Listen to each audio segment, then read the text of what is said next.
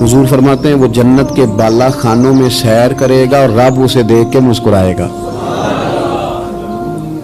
رب اسے دیکھ کے مسکرائے گا. اللہ تعالیٰ مسکراتا ہے اسے دیکھ کے. اور اگلے جملے میں حضور نے وضاحت کر دی, فرمایا جب رب دنیا میں کسی پر مسکراتا ہے نا تو اس کا معنی یہ ہے کہ قیامت میں پھر اللہ اسے حساب کوئی نہیں لے گا. جس پر اللہ دنیا میں مسکرا دیا اس سے کوئی حساب, تو وہ کام ڈھونڈنے چاہیے نا جس سے اللہ مسکرائے.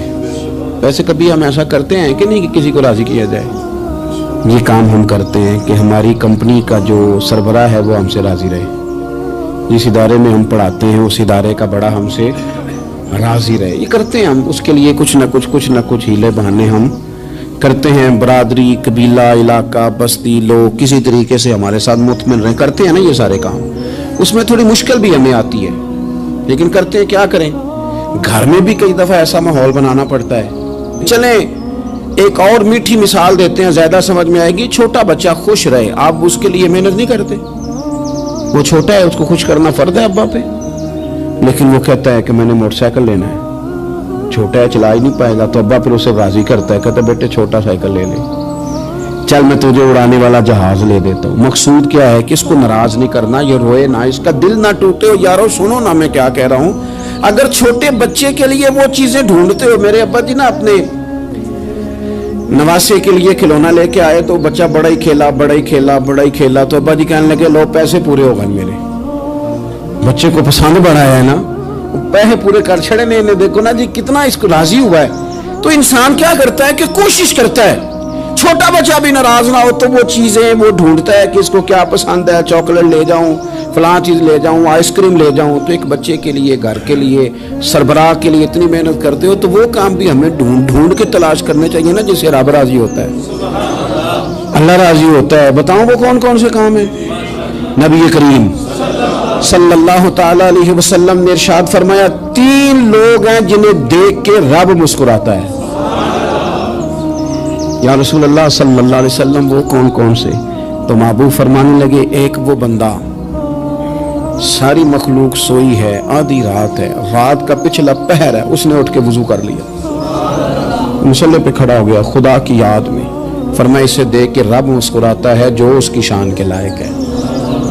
مسکراتا ہے اللہ. یہ تو سونے کا ٹائم تھا, یہ تو گہری نیند آنے کا وقت تھا, رات کا پچھلا پہر. رات پوے تے بے درداں نو نیند پیاری آوے, تے درد منداں نو یاد سجن دی ستیاں وی آن جگاوے. اور ساون کی کالی راتوں میں جب بوندا باندی ہوتی ہے, وہ راتوں کو اٹھ روتے ہیں جب خلقت ساری سوتی ہے. اللہ مسکراتا ہے. اور سننا میرے بھائی, میرے نبی پاک صلی اللہ تعالی علیہ وسلم فرماتے ہیں جب مسلمان نماز کے لیے صفیں بناتے ہیں نا, ترتیب لگ رہی ہوتی ہے, اب اللہ کی بارگاہ میں کھڑے ہوں گے, قیام کریں گے, رکوع کریں گے, سجود کریں گے. فرمایا جب مومن صفیں بناتے ہیں تو رب دیکھ کے مسکراتا ہے, مسکراتا ہے. کمال ہو گئے عروج بندگی کا, جب بندے کو دیکھ کے رب مسکرائے. خدا بندے سے خود پوچھے بتا تیری رضا کیا ہے, مسکراتا ہے. اور میرے نبی پاک علیہ السلام فرماتے ہیں جب مجاہد جہاد کے لیے صفیں سیدھی کرتے ہیں, آج تو یہ رب کے نام پہ مرنے ہی آ گئے, یہ صفوں میں کھڑے ہوں گے, ترتیب سے لڑیں گے, ترتیب سے گلا کاٹیں گے کافروں کا یا شہادت لیں گے. فرمایا جب جہاد کے لوگ صفیں بناتے ہیں تو رب انہیں دیکھ کے مسکراتا ہے. کتنے نصیبوں والا وہ بندہ ہے جسے دیکھ کے مسکرا دیا. او یار کبھی تیرا بیٹا تیرے سامنے مسکرائے نا چھوٹا, تو تیرا دل باغ باغ ہو جاتا ہے. تیری ماں بیمار کسی ایک دن صحیح طرح ہنس پڑے تو طبیعت خوش ہو جاتی. مجھے بتاؤ نا جس کا رب بھی اسے دیکھ کے ہنس پڑے, جو اس کی شان کے لائق ہے, کیا اس بندے کے نصیبیں ہیں, کیا اس کے مقدر ہیں. آپ اس مقام پر اپنے آپ کو لائیں. اب دیکھیں نا یہ حدیث آپ نے سن لی, اب ہم نے نا اس طرح صفیں نہیں بنانے جس طرح ساری دنیا. آپ ذرا صفیں بھی شوق سے بنائیں گے, آپ ذرا تھوڑا سا شوق پیدا کریں گے, بھئی یہ تو میں وہ کام کرنے لگا ہوں جسے دیکھ کے رب مسکراتا ہے. نبی پاک صلی اللہ علیہ وسلم نے فرمایا جب کوئی بندہ توبہ کرتا ہے نا, ہم توبہ کا رٹا لگاتے ہیں, یا اللہ میری توبہ یا اللہ. اور توبہ کا تو مطلب یہ ہے کہ پچھلے گناہوں سے پکی توبہ, آج کے بعد یہ غلطی نہ کرنے کا پکا وعدہ.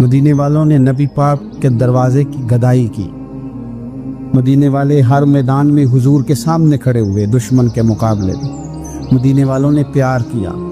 اس لیے میرے نبی پاک علیہ الصلوۃ والسلام نے فرمایا اگر لوگوں کے دو گروہ ہو گئے، دو لائنوں میں لوگ چلنے لگے، ایک لائن ادھر چل رہی ہے ایک ادھر چل رہی ہے، تو حضور فرماتے ہیں میں تو اس لائن میں چلوں گا، اس قطار میں چلوں گا جس میں مدینے کے لوگ چل رہے ہوں۔ انصار مدینہ کے ساتھ حضور کا پیار، اس شہر کے ساتھ حضور کی دلچسپیاں، پیار دیکھیں نا، بندہ جب اپنے گھر واپس لوٹ کے آتا ہے تو شوق ہوتا ہے ذرا جلدی سے نا گھر پہنچ جاؤں، ذرا تھوڑا جلدی چلا جاؤں۔ کئی سفر سے آئے، صحابہ فرماتے ہیں کہ جب نبی پاک کسی جنگ سے، جہاد سے، سفر سے لوٹتے، مدینے کی عمارتیں نظر آتی تو گھوڑا تیز کر لیتے، اپنے اندر نا یہ ذوق پیدا کریں، یہ پیار پیدا کریں۔ آپ یقین کریں کوئی ٹھنڈے ٹھنڈے مسلمان، وہ کوئی کیفیت نہیں، صبح سے شام تک میں دوستوں سے کہا کرتا ہوں الحمدللہ کبھی ایک آیت پڑھ لینا قرآن پاک کی ترجمہ و تفسیر کے ساتھ تو سارا دن وہ گھومتی رہتی ہے دماغ میں، رات کو اس کا ذائقہ رہتا ہے روح میں۔ تو جب میں اور آپ سارا دن پڑھیں، سیاست کریں، سیاست سنائیں، کہانیاں کریں، غیبتیں، پھر دماغ میں الٹے سیدھے خیالات ہی آنے ہیں۔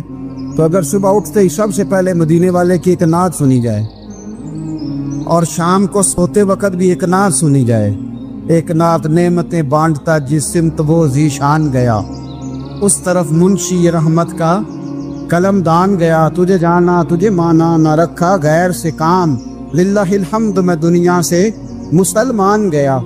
تو اگر یہ ذوق بنا لیا جائے تو انشاءاللہ رات کو بھی آپ کو نا مدینہ ہی نظر آئے گا، انشاءاللہ خواب میں بھی آپ ٹکٹنگ کرا رہے ہوں گے، آپ ویزا ہی لگوا رہے ہوں گے، لیکن شرط یہ ہے کہ وہ کیفیت ہو، وہ پریم ہو، وہ پیار ہو۔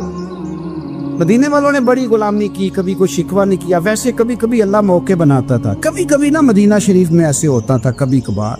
ایک دفعہ نا جب کچھ علاقے فتح ہوئے تو بڑا مال آیا فتح مکہ کے بعد، تو بخاری مسلم میں حدیث ہے، اسلام کے اندر یہ ہوتا ہے کہ جو نیا کلمہ پڑھتا تھا اسے مال غنیمت میں سے زیادہ حصہ دیا جاتا تھا، اس کو کہتے ہیں مؤلفۃ القلوب، تالیف قلب کے لیے۔ تو چونکہ یہ قانون تھا تو نبی پاک صلی اللہ علیہ وسلم نے نا مکے والوں کو ذرا مال تھوڑا زیادہ دیا۔ مدینے میں سے ایک آدھ نوجوان نے کہا کہ حضور نا آپ اپنے رشتہ داروں کی طرف توجہ زیادہ کرنے لگے، یہ بھی محبت کی جنگ ہوتی ہے نا، قربان جائیں۔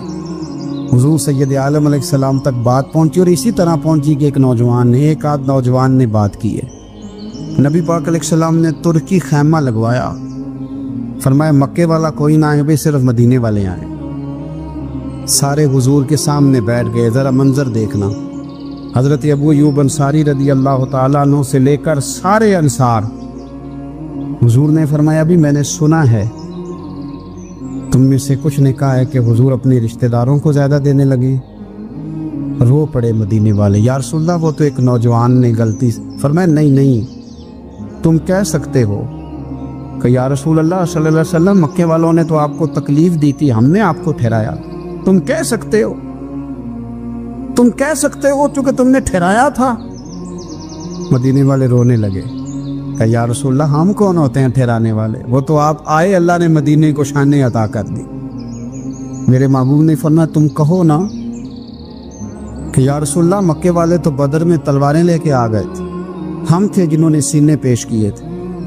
وہ رو رہے ہیں، نہیں حضور ایسا تو نہیں ہے، وہ تو آپ نے مہربانی کی تو بدر میں ہم میں سے کچھ شہید ہو گئے، کچھ غازی بن گئے کی برکت سے۔ حضور نے فرمایا تم کہو کہ احد کے میدان میں انہوں نے پتھر مارے تھے، ہم نے سینہ پیش کیا تھا۔ حضور بھی رونے لگے، مدینے والے بھی رونے لگے۔ نبی کریم نے فرمایا تم کہو کہ جانے ہم نے قربان کی، تم کہو کہ حضور ایک قربانیاں ہم نے دی، کہہ سکتے ہو تم نے دی ہیں، ہمارا حق بنتا ہے کہو۔ اور جب رو رو کے بے حال ہو گئے تو سرکار بھی روئے، کھل کے روئے، پھر آنسو پونچھے اور کریم رسول فرمانے لگے او بھولے مدینے والو، کیا تم یہ نہیں پسند کرتے کہ لوگ جب اپنے گھروں میں جائیں تو بھیڑ بکریاں لے کے جائیں، اور جب مدینے والے اپنے گھر جائیں تو اللہ کے رسول کو ساتھ لے کے جائیں؟ تم یہ نہیں پسند کرتے کہ تمہارے ساتھ میں جاؤں؟ یہ نہیں تمہارا شوق دیکھو کسی کے حصے میں کچھ آیا، کسی کے حصے میں کچھ آیا، کسی کے حصے میں کچھ آیا۔